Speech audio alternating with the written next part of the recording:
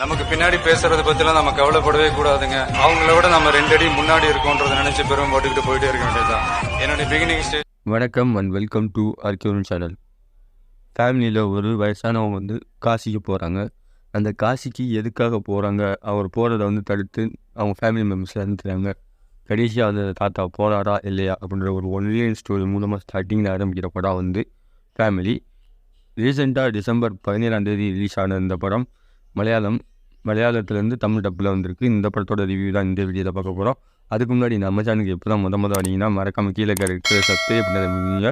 மறக்காமல் பக்கத்தில் இருக்க பெல்லைக்கு ஆரம்பிங்க. இந்த வீடியோ பிடிச்சிருந்தால் ஒரு லைக் போட்டுட்டு படத்தை பாருங்கள், ரிவ்யூவை பாருங்கள். நிதிஷ் யாதவ் இவருடைய ஸ்டோரி. இந்த படம் வந்து ஒரு காமெடி ஃபன் டைமர் என்டர்டைன்மெண்ட் மூவியாக தான் அமைஞ்சிருக்கு. இந்த படம் வந்து ஒரு ஒன்லைன் ஸ்டோரி. ஃபேமிலியில் வந்து என்னென்ன பிரச்சனைகள்லாம் நடக்கும், அண்ணன் தம்பிக்குள்ளே, அம்மா அப்பாவுக்குள்ளே என்னென்ன பிரச்சனைலாம் நடக்கும் அப்படின்றத ஒரு ஸ்டோரி பேஸாக வச்சு ஒரு அழகான திரைக்கதையை வந்து 2.5 மணி நேரத்துக்கு மேலே அழகாக ஸ்க்ரீனில் வந்து ப்ரொடக்ஷன் பண்ணியிருக்காரு டேரக்டர். அது மட்டும் இல்லாமல் நம்ம படத்தில் நினச்சவங்க ஸ்க்ரீன் பிளே சஞ்சு ஜோசப், திரைக்கதை அவங்க 2 பேருடைய திரைக்கதை வந்து எங்கேயுமே சலிக்காத அளவுக்கு சூப்பராக வந்து மீடியமான விண்டேஜ்லேருந்து இன்டர்வலில் வந்து நான் எதிர்பார்க்காத அன்எக்ஸ்பெக்டட் சீன்லாம் வந்து இந்த படத்தில் இருந்துச்சு.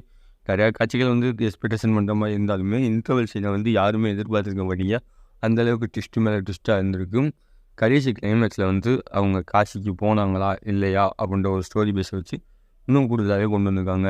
இந்த இதில் வந்து நடித்தவங்க வந்து ஒரு குடும்பமாகவே வாழ்ந்திருக்காங்க. இந்த படத்தில் வந்து அவங்களுடைய மூத்த மகனுக்கு கல்யாணம் பார்த்துக்கிட்டு போங்க. அந்த கல்யாணம் வந்து சில காரணங்களால் என்றும் அவர் வந்து சில பல காரணங்களால் சரி தாத்தா கூட சேர்ந்து காசிக்கு போயிடுவோம் அப்படின்னு நினச்சி காசிக்கு கிளம்புவாங்க. காசிக்கு கிளம்புறவங்க சரி ட்ரெயினில் போகிறாங்க அப்படின்னு போயிட்டே இருப்பாங்கன்னு பார்த்தீங்கன்னா அவர் அப்பா வந்து ஒரு சின்ன தப்புனால ட்ரெயினை மிஸ் பண்ணிடுவாங்க. அதனால் தன்னுடைய தாத்தாமே மிஸ் பண்ணிடுவாங்க. கடைசி எல்லா பேருமே சேர்ந்து ஆட்டோலையும் லிஃப்ட்லேயும் மாறி மாறி மாறி மாறி மாறி கேட்டு போவாங்க. அந்த மாறி மாறி கேட்டு போகிற இடத்துல தான் நகைச்சுவைகள் வந்து கலந்த ஒரு சூப்பரான ஸ்க்ரீன் பிளே வந்து டேரக்டர் இங்கே வச்சுருக்காரு. அது இந்த படத்தில் இன்னும் கொஞ்சம் கூடுதலாகவே இருக்குது. இந்த படத்துக்கு இன்னும் கொஞ்சம் பக்கபலமாகவே இருக்குது.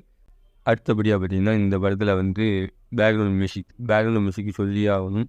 இந்த படத்தில் வந்து பேக்ரவுண்ட் மியூசிக் வந்து சூப்பராக ஒர்க் அவுட் ஆகிருக்கு. இந்த படத்தில் ப்ரொடியூஸ் பண்ணவங்க லட்சுமி வாரியர், கணேசன் மேனன் உங்களுடைய ப்ரொடக்ஷன் இயக்கத்தில் தான் இந்த படம் வந்திருக்கு. எனக்கு அடுத்த ப்ளஸ் பாயிண்டாக தெரிஞ்சது வந்து சினிமாட்டோகிராஃபி. முக்கால்சி வந்து இந்த படத்தில் வந்து அவங்க லிஃப்ட் கேட்டு போகிற சீனில் வந்து பாலைவனத்தில் காட்டியிருப்பாங்க. அந்த பஞ்சராக்கிற சீனும் சரி, அந்த அவங்க வந்து காரை நிப்பாட்டக்கூடிய காட்சிகளும் சரி சூப்பராக எடுத்துருக்காங்க. அதில் காசியில் வந்து அவங்க தாத்தாவை தொலைச்சிருவாங்க. அந்த காசியில் தொலைச்சதுக்கப்புறம் அவங்க தாத்தாவை தேடுறது கடைசி சீனில் வந்து செம்மையான ட்விஸ்ட் வச்சுருப்பாங்க. அந்த ட்விஸ்ட்டை நீங்கள் படத்தை பார்த்தாலும் தெரியும். இது வந்து தமிழ் டப்பில் வந்து இப்போ ரிலீஸ் ஆகிருக்கு. இது ஓடிடியிலே ரிலீஸ் ஆகிருக்கு. இந்த படம் வந்து ஓடிடியில் அவைலபிளாக இருக்குது.